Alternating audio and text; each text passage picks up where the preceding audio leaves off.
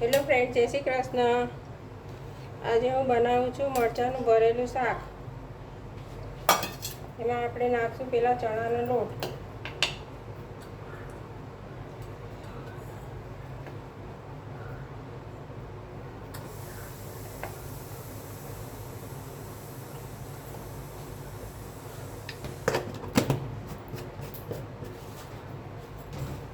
એમાં આપણે બધા મસાલા કરશું. એટલે આપણે મીઠું નાખશું સ્વાદ મુજબ.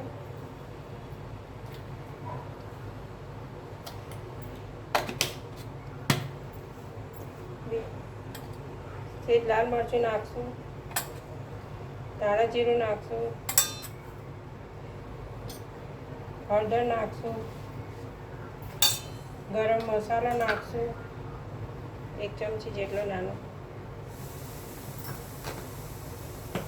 લસણ નાખશું થોડું વાટીને,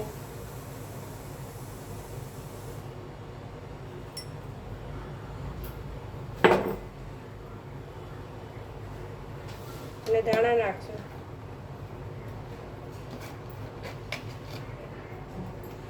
થોડી ખાંડ નાખશું.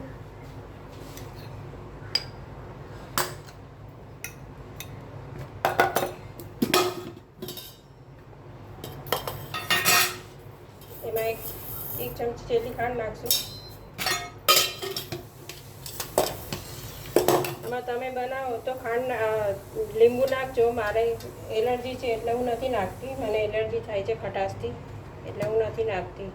તમે બનાવો તો નાખજો. હવે આપણે એમાં તેલ નાખશું. જરૂર મુજબ નાખવાનું જોઈએ એમ. આપણે મિક્સ કરી દઈશું મસાલો.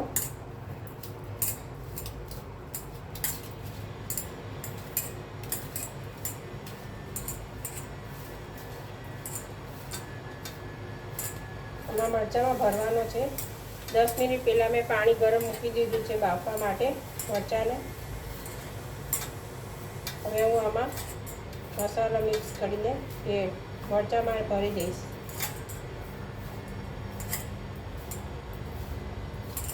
આપણે મોણ દઈએ ને એવી રીતે મોણ દેવાનું, આમ ઉઠી પડતું.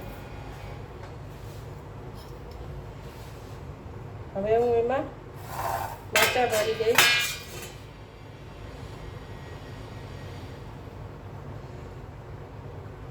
મરચાંને ફાડા કરવાના લાંબા સીધા, આવી રીતે ભરી દેવાના. તમે પણ બનાવજો. કાઠિયાવાડી સ્ટાઇલ છે આ. લીંબુ નાખજો, કારણ કે હું નથી ખાવાની, એટલે મારે એલર્જી થાય છે એટલે હું નથી ખાતી. તમે નાખજો બનાવો ત્યારે. એ બહુ સરસ લાગે છે આ. સાતમના દિવસે, છઠના દિવસે મરચાંનું શાક તો અમારે બને જ છે. અમારા સિઝનમાં મરચાં આવે ને એટલે આ અઠવાડિયામાં 3 વાર શાક થાય છે મરચાંનું. બધાને ભાવે છે. આવી રીતે બધા ભરી દઈશું. હવે આપણે મરચાં ભરાઈ ગયા છે.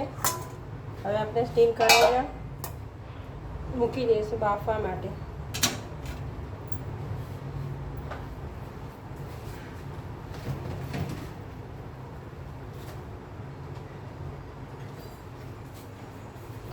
થોડું લીંબુ નાખશું એમાં. 5 મિનિટ માટે બાફી નાખશું આપણે.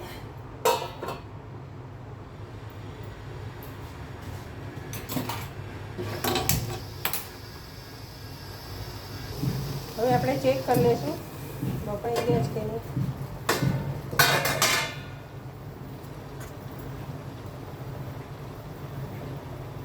બફાઈ ગયા છે મરચાં.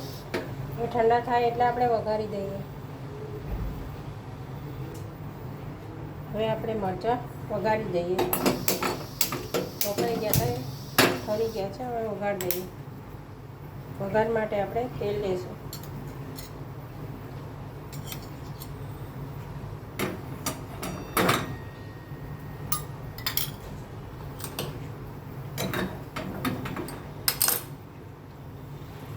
તેલ થઈ જાય એટલે આપણે રાઈ નાખીશું.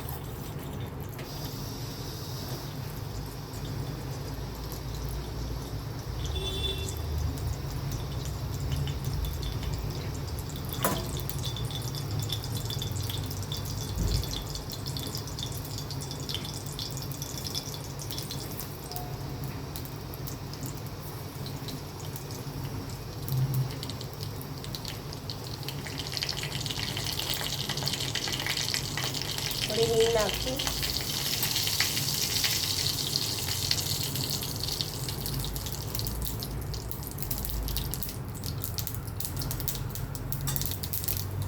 લીમડો મરચાં નાખશું વઘારમાં.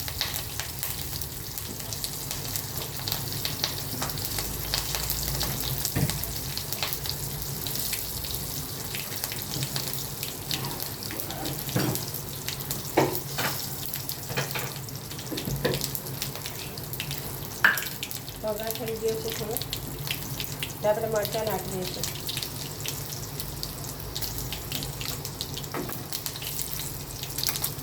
હવે આપણે મરચાં નાખી દઈશું.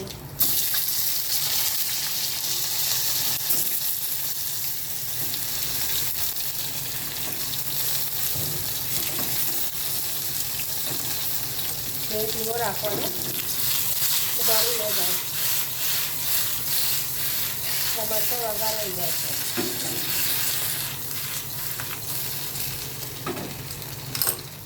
એમાં આપણે ઢોકળાનો છીણ નાખશું ઉપરથી અને દાણા નાખશું.